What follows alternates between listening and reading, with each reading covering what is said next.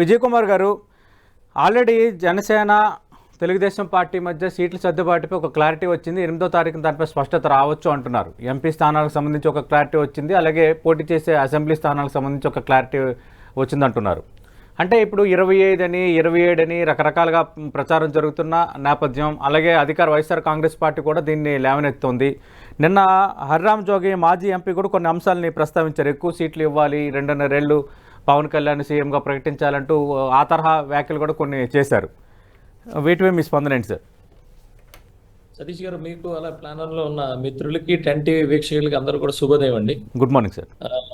సతీష్ గారు, ఇది ఒక ఎలక్షన్కి వెళ్ళే ఒక గేమ్. ఎలక్షన్ కి వెళ్ళేటప్పుడు ఆ ఇంజనీరింగ్ ఉంటుందండి.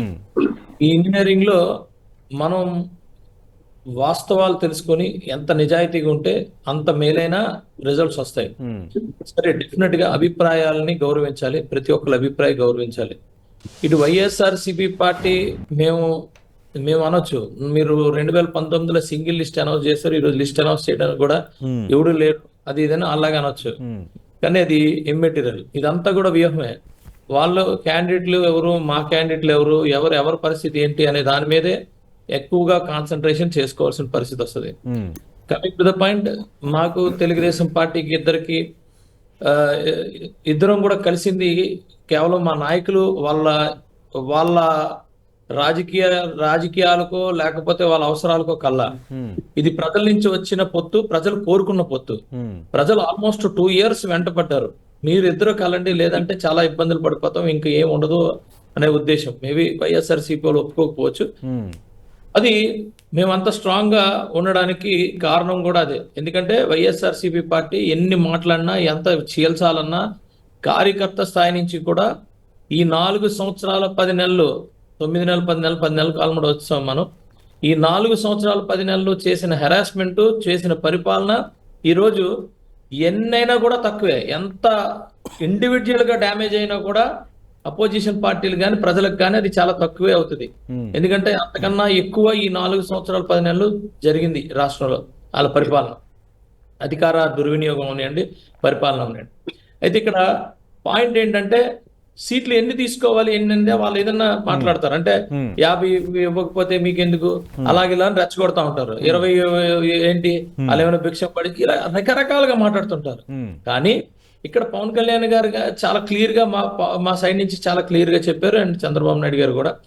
ఇద్దరు కూడా ఈ రోజు 100% గెలాలి అనే దాని మీద ఉన్నారు. లేకపోతే ఎవరి పార్టీ వాళ్ళు, ఎవరి పరిస్థితి వాళ్ళు. మేము కూడా 40, 50, 60 గెలగలుగుతాం, వాళ్ళు కూడా 100, 120, 150 గెలగలుగుతారు, ఎలాగైనా గెలగలుగుతారు. అంటే ఏ రేంజ్ నుంచి ఏ రేంజ్ అండి. మళ్ళీ ఇప్పుడు 150 + 50 అనే ఇప్పుడు మరి వైఎస్ఆర్ ప్రతినిధి అన్న అవన్నీ కాదు. కానీ చెప్తున్నా, నేను కూడా ఏమంటానంటే, వాళ్ళ వరకు మేము గెలుస్తాం, వాళ్ళు 100, 120, 130 వాళ్ళు గెలుస్తారు, అటు ఇటు మాట్లాడతారు, ఆ ఇంజనీరింగ్ ఉంటది, ఆ స్ట్రగుల్స్ ఉంటాయి, అన్ని ఉంటాయి. కానీ అవన్నీ పక్కన పెట్టి ఇంకొక ఛాన్స్ తీసుకోకూడదు. ఎందుకంటే మా కోసం అయితే మేము తీసుకుంటాం, ప్రజల కోసం తీసుకునేటప్పుడు ఛాన్స్ తీసుకోకూడదు అనే ఒక ఇంగిత జ్ఞానంతో, ఒక కమిట్మెంట్ తో ఈ రోజు మేము ముందుకెళ్ళటం వల్ల సీట్లు అనే దాని మీద మేము ఇంట్రెస్ట్ చూపించట్లా. మాకు కావాల్సింది మేము తీసుకున్నాం అంటే, టీడీపీ తీసుకున్న సీటు టీడీపీ కన్ఫర్మ్ గా గెలాలి, మేము తీసుకున్న సీటు మేము కంపల్సరీ గెలాలి, ఇది టార్గెట్. మేము 100% గెలాలనే దాని మీద మేము పెట్టుకున్నాం. మేము చాయిసే తీసుకోవట్లా. కానీ టీడీపీ అలా తీసుకోలేదు, 100% గెలాలనే పరిస్థితిలో తీసుకోలేరు. వాళ్ళు 70%, 80%, 90% వాళ్ళు తీసుకునే పరిస్థితి ఉంటది.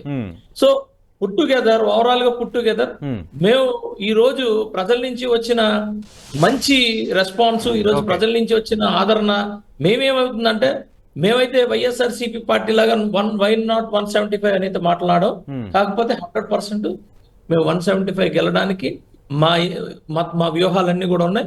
ఆ వ్యూహాలు బట్టి ఎవరు ఏ సీటు తీసుకోవాలనే దాని మీద ఇచ్చేయాలి. ఏదో కంటి చర్య కోసం, ఎవరో మెప్పుల కోసం ఇక్కడ కాదు. ఇది బాధ్యత, ఇది పవన్ కళ్యాణ్ గారి భుజాల మీద ఉన్న బాధ్యత, అలాగే చంద్రబాబు నాయుడు గారి భుజాల మీద ఉన్న బాధ్యత. వీళ్ళిద్దరు ఇప్పుడు 3వ పార్టీ బీజేపీ మీద ఉన్న బాధ్యత. ఈ అందరం కూడా కలిసికట్టుగా ముందుకెళ్లాలన్న ఆశ అందరికి ఉంది. 100% గవర్నమెంట్ ఫామ్ చేయాలి. మళ్ళా ఈ రాష్ట్రాన్ని పూర్తిగా సర్వనాశనం అయిపోయిన రాష్ట్రాన్ని మళ్ళా రీఆర్గనైజ్ చేసి, రీస్ట్రక్చర్ చేసి చేయాలనే కమిట్మెంట్ తో మేము ఉన్నామండి. రైట్. విజయ్ కుమార్ గారు, ఈ అంశాలు మనం ప్రతిరోజు రెండు పార్టీల మధ్య వాదన కంటిన్యూ అవుతూనే ఉంది. ఇక్కడ ఇంకోటి చర్చ ఏంటంటే భారతీయ జనతా పార్టీ కొద్ది రోజుల కిందట సమదూరం పాటించాలని డిసైడ్ అయింది. మళ్ళీ టచ్లోకి వచ్చింది భారతీయ జనతా పార్టీ.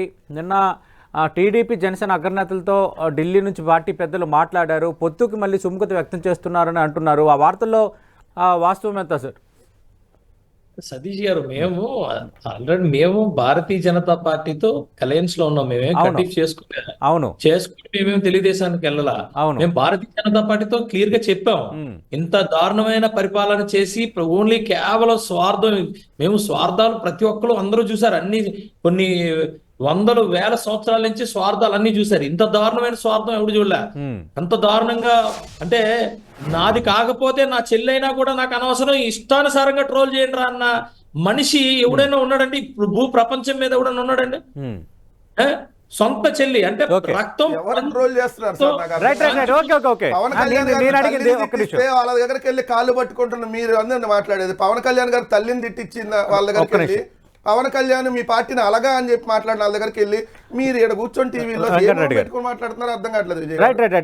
పార్టీని బాలకృష్ణ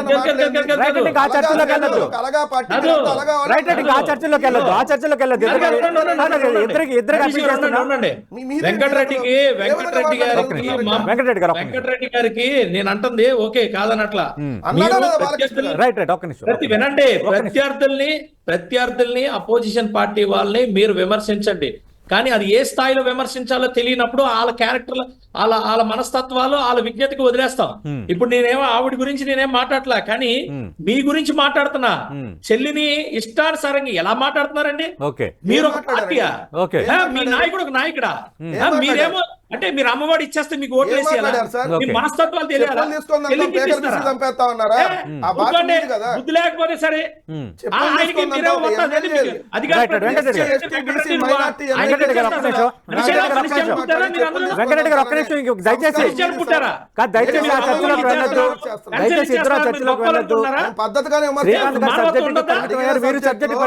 హరిరామ జోగయ్య అనే అతను రాసినటువంటి దాని ప్రకారం మీరు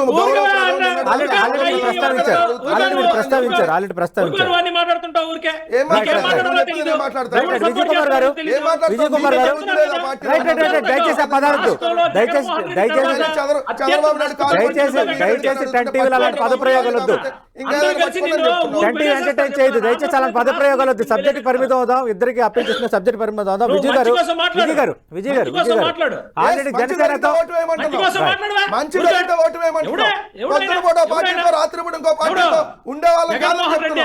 ఆల్రెడీ బీజేపీతో మీ పొత్తులో ఉన్నాము లేవని చెప్తున్నావా అని అంటున్నారు. విజయ్ గారు ఆల్రెడీ పొత్తులో ఉన్నారు కదా. రెండు రాష్ట్రాల నుంచి ఎన్డీఏ భాగస్వామ్య పార్టీ కూడా జనసేన. సతీష్ గారు ఇదే మాధవ్ చెప్పాడు. ఇదే మాధవ్ ఎమ్మెల్సీ ఎన్నికల్లో చెప్పిన మాట ఏంటి? మేము అడిగాం పొత్తు అంటే వాళ్ళు తెలుగుదేశంతో కాపురం చేస్తున్నాడని చెప్పాడు. మన పురంధరేశ్వరి స్పష్టత ఇచ్చారు కదా, జనసేన మేము కలిసే ఉన్నామని. కలిసే ఉంటారు.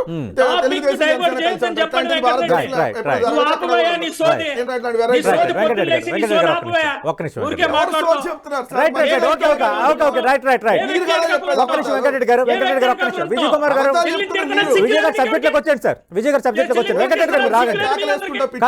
వెంకటరెడ్డి గారు వెంకటరెడ్డి గారు ఒక్క నిమిషం.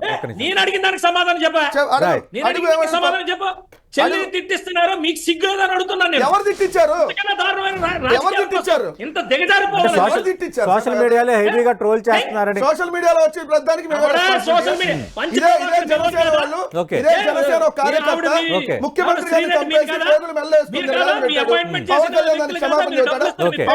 రెస్పాన్సిబిలిటీ తీసుకుంటాడా? అడగండి సార్, పవన్ కళ్యాణ్ రెస్పాన్సిబిలిటీ తీసుకుంటాడా? రోజు వరస్ట్ గా సోషల్ మీడియాలో బిహేవ్ చేస్తారు. చెప్పండి సార్, తెలుగుదేశంలో వరస్ట్ గా బిహేవ్ చేస్తారు. చంద్రబాబు ఆల్రెడీ వైఎస్ సునీత ఈ అంశాన్ని ప్రస్తావించారు, వైఎస్ షర్మిల ఈ అంశాన్ని ప్రస్తావించారు అన్న దాన్ని టీడీపీ జనసేన పాయింట్అవుట్ చేస్తున్నాయి. పవన్ కళ్యాణ్ వైసీపీ సోషల్ మీడియాలో ఘోరాతిఘోరంగా ట్రోల్ చేస్తున్నారు అన్నది వాళ్ళు చేస్తున్న ఆరోపణ. మన రాహుల్ గాంధీ ట్వీట్ కూడా చూసాం. వెంకటరెడ్డి గారు సార్, ఒకటి రాజకీయ పార్టీ పరంగా వాళ్ళు చేసేటటువంటి విమర్శలు దానికి మేము కన్ఫైన్ విమర్శలు చేస్తున్నాం. మాట్లాడుతున్నాం. మేము ఎక్కడ వ్యక్తిగతంగా విమర్శలు చేయలేదు. షర్మిల గారిని ఎవరు ఆడిస్తున్నారు చంద్రబాబు నాయుడు దాన్ని మేము ప్రస్తావించాం.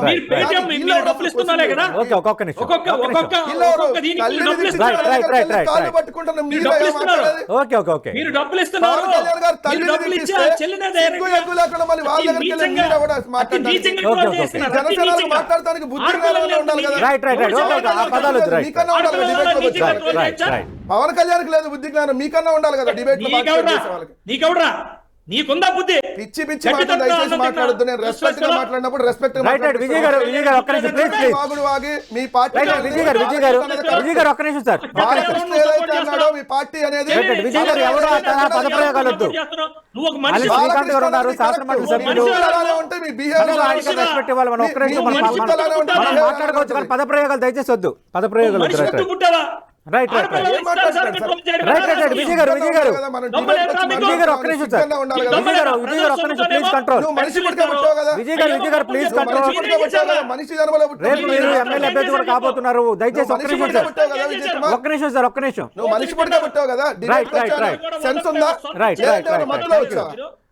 థ్యాంక్ యూ శ్రీకాంత్ గారు. సెన్స్ ఉండే మాట్లాడుతున్నా. Thank you sir.